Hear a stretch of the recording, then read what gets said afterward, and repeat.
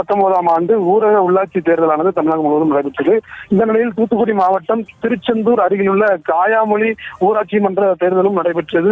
மொத்தம் 3088 வாக்குகள் அடங்கிய காயாமொழி ஊராட்சி மன்ற தேர்தலுக்கு ராஜேஸ்வரன், முரளி மனோகர் உள்ளிட்ட 8 பேர் போட்டியாளராக போட்டியிட்டனர். தொடர்ந்து தேர்தல் 2019 தேர்தல் முடிவில் 1071 வாக்குகள் பெற்று ராஜேஸ்வரன் வெற்றி பெற்றதாக அறிவிக்கப்பட்டது.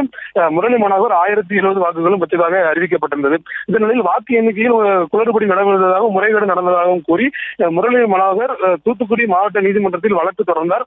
இந்த நிலையில இன்றும் மறு வாக்கு எண்ணிக்கை நடைபெற வேண்டும் என நீதிமன்றம் அறிவித்திருந்தது. இந்த நிலையில் இன்று காலை திருச்செந்தூர் ஊராட்சி ஒன்றிய அலுவலகத்தில் தேர்தல் நடத்தும் அலுவலர் அன்றோ தலைமையிலாக தேர்தல் மறு வாக்கு எண்ணிக்கை தொடங்கியது. தொடர்ந்து 3 மணி நேரமாக நடைபெற்ற இந்த வாக்கு எண்ணிக்கை தற்போது மீண்டும் 1069 வாக்குகள் பெற்று ராஜேஸ்வரன் மீண்டும் வெற்றி பெற்றதாக தேர்தல் நடத்தும் அலுவலர் அறிவித்துள்ளார்.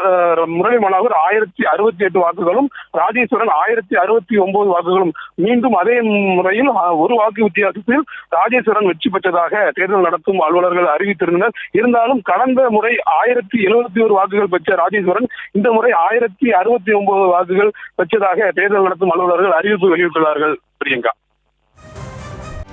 செய்திகளை உடனுக்குடனும் துல்லியமாகவும் தெரிந்து கொள்ள சப்ஸ்கிரைப் பண்ணுங்க.